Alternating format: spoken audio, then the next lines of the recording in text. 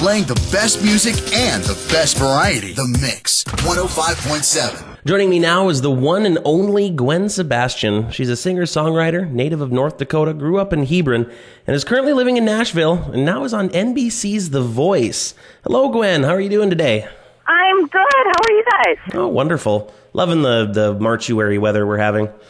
I know. I heard. You guys need a little of that. You had some hard winters. We have had some hard winters, and it's kind of nice to see some 50-degree weather in the middle of February. I bet. So, well, we got you here today, and you're kind of under my control for the next few minutes. Good. Ask me anything. Well, almost anything. Almost anything? All right. Well, let's start off with just kind of the basics. What was it that got you interested in music?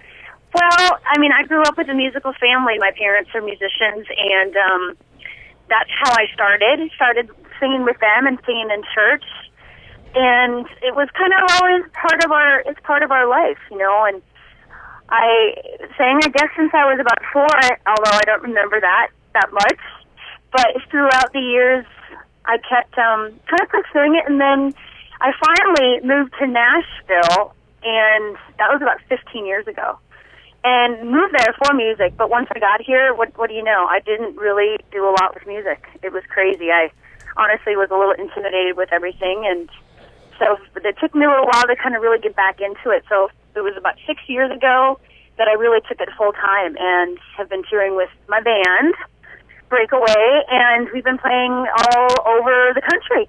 All over the country and all over the area, too, around here. I can kind of imagine that it was just a little bit of culture shock moving from Hebron, North Dakota to Nashville, Tennessee. It was. To be honest with you, the first day that I came home from work, I cried my head off. I bawled. I did. I was stuck in traffic, and I missed my mom and dad. And I was like, it wouldn't be like this in North Dakota. wow, and all that kind of stuff. But I finally got a little used to it, And Nashville is really cool. There's a lot of people here, but it's a small town feel. And I think it's probably because of the culture. A little laid back, kind of that way, and more, the country music mecca. So, that's what the Midwest is about. It's about country and all that kind of stuff. So it was a little similar that way, but a lot more people. I'm definitely going to have to make a note to try and visit down there sometime. You would love it. Everybody, I'm telling you, Nashville's awesome. Is it? Well, just kind of play off the last question. What's your inspirations other than your family? I know that's been a big influence in your life, but, who and what are some of your other inspirations, when you sing or write? Well, growing up, I listened to a lot of country music, so it was everybody from, like, Dolly Parton, Don Williams, and it was Pam Tillis, Alabama, Susie Boggess. I love Susie Boggess. And, oh, my God, Susie Boggess tweeted me yesterday. Oh, my. If you can believe it. Yes, I almost fell over. That was the craziest thing. But, a lot of people in that genre of music, but then not only that, I was really into, like, Pat Benatar, pop music at the time, Madonna. A lot of influences that way. I try to incorporate, in the live shows. I don't just do country music and stuff. But when I write, it's country. That's where I grew up. That's my heart, and that's what I can relate to. So you could essentially say that you kind of have an encyclopedia of genres under your belt to do your live concerts. I kind of do, I guess. Yeah, thanks to my band.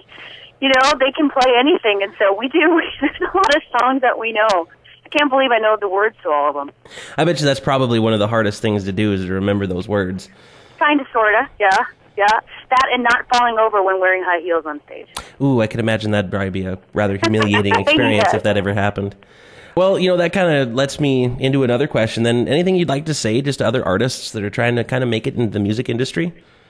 Yeah, I've been lucky to be able to be doing this for a living, and I love it. But that's the main thing, is that in order to do something, you have to love it. You can't do it to be famous. You can't do it for any other reason than that. And I realize, with the experience I've had, that it takes so much more than just me, obviously, that it's everybody around me that's been helping me out do what I love to do. It's my band, my family, my fans, everybody around me that's giving me this opportunity. And so anyone that's trying to, make it in the entertainment industry needs to definitely, keep humble and remember all of that and know that it's not an overnight success. With The Voice, it seems like it was, but it's taken me a long, long time, and I'm glad I kept going. See, and I can pride myself in saying that I knew Gwen Sebastian before she was big. There you go. I know, right? You guys have been behind me. That's cool. Yeah. Thank you. See, I can be one of those cool people.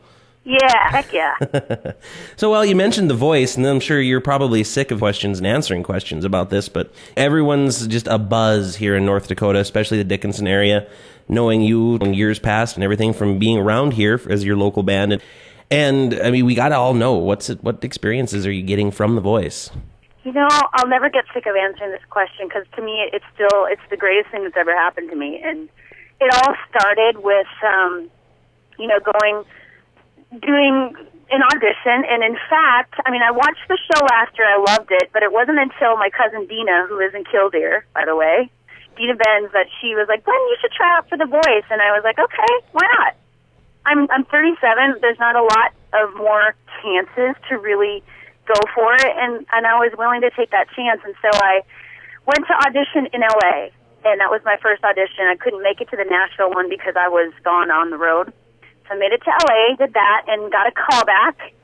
And then after that, I got another call back, and I almost fell over. That's the one that said, "Hey, you can come. You're invited to come do the blind audition." And it was from this time span, I guess, at the end of September till the end of October was that all happened. So it seemed like forever, but it really didn't take that long. And then getting on that stage and performing for four of the biggest artists was amazing. I said it on the show. I said I wish that every artist could have that opportunity because it was amazing. The feelings I had are indescribable. You know, I started crying afterwards. It just felt it was like a release. Yeah, promise us you're not going to continually do that throughout the show. It's gonna... You know what? I think I cried so much. I'm telling you, they'll probably, I don't know if they'll edit it out or not, but I did cry a lot. It was the most emotional experience I had. Everything about it was, you know, and meeting all these new great people, these artists that have the same dream that I have, and they're all trying to go for it. And you know, we became a family in such a short period of time. And a lot of people, you know, don't think that that's real, like the camaraderie is real, but it is. You really, you know, I'm texting all of the friends that I made, and we're supporting each other on Twitter and all that kind of stuff. So it's really fun. Well, that does sound like a lot of fun.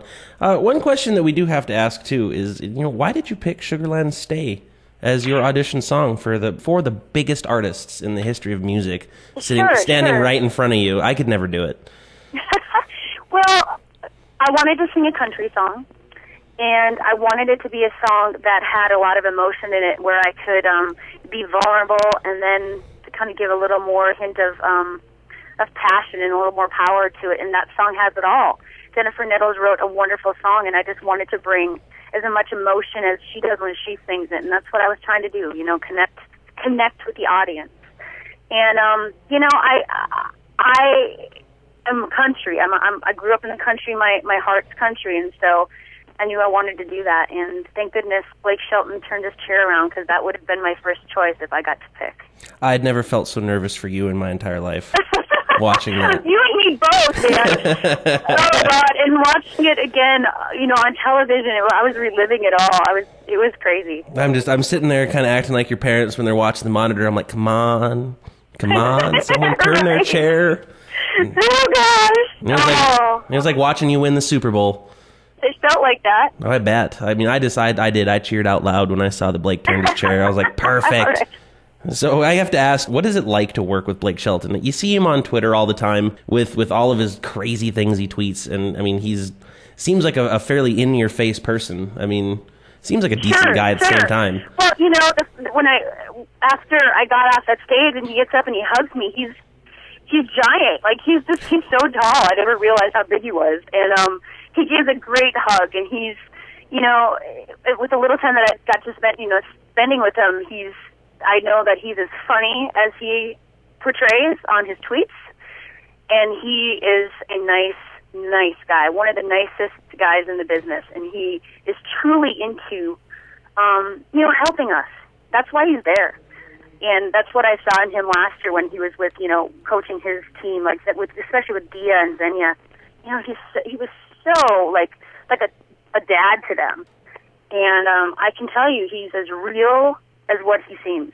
He's not playing a role. That's who he is. He loves to hunt, North Dakota. You know, my gosh, he's a deer hunter, so we all gotta love that. Invite him on up sometime, and let us know. Have you met him before? Since you do live in Nashville? No, I have not. Really? Wow. I have not met him. No. Well, that is part of it too. Being here when I got into the music part of living in Nashville, I really was gone. I've been gone for most of the last 6 years and rarely in town, you know, and stuff. So it's pretty amazing. Okay. Well, when can we look forward to seeing you up in this part of the woods? You know, I don't know exactly for sure the dates, but this summer I believe I'm coming up to do some shows up there. So I'm hoping it's all going to be fun and fantastic and, you know, come on out. I don't know all the exact dates, but my tour is being booked now and everything's being booked. So I know that you can go onto my site, which is gwensebastian.com, and check out the tour dates. Right now, I think they're all up there, but they're coming. I promise. They're coming. All right, yeah, because just so you know, you have an entire state backing you. Good. As far as it comes with The Voice. I couldn't do it without all you guys. You know, North Dakota people are the best. Hey, we take that as a compliment. Of course, I'm a Montanan, so I don't know if I can really take that as a compliment. I like Montana, too, and especially for the fact that I've done a lot of shows there, and my aunt and uncle live there. Oh, okay. See? So you're a part of the family just as much. There you go. Well, is there anything else you want to tell the audience before we let you go today, Gwen? Well, you know, again, thank you very much. And I'm not sure if everybody knows this, but I got to record my version of Stay. And so it's on iTunes, and you can actually go there and get it off of iTunes. And, I've got a Twitter account, so that means you can come follow me, and I'll promise I'll keep you up to date on what happens on The Voice as well. And, God, I'm telling you way too much stuff.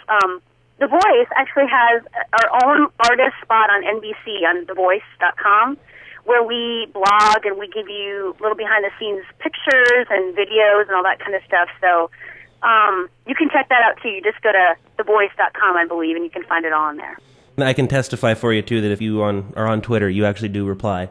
I do. I try to as much as I can. I don't want to, bombard people with everything, too. You know what I mean? It's like, gosh, I'd love to reply to everybody, so I try to get to that as much as I can. No, it was just like the other night when I saw you on The Voice. I was sitting there chit-chatting with you while you were singing, so I'm just like, hey. Yay! Well, I appreciate it very much. No problem. Thank you very much for taking the time out of your day to talk with us, Gwen. We look forward to seeing you in the area again. We look forward to watching you on The Voice, and like I said, you have an entire state to back you, and you know when North Dakota gets their mind on something. That is for sure. It goes places. So thank you. You're very welcome. You have a nice day, Gwen. Go Team Blake. The Mix 105.7.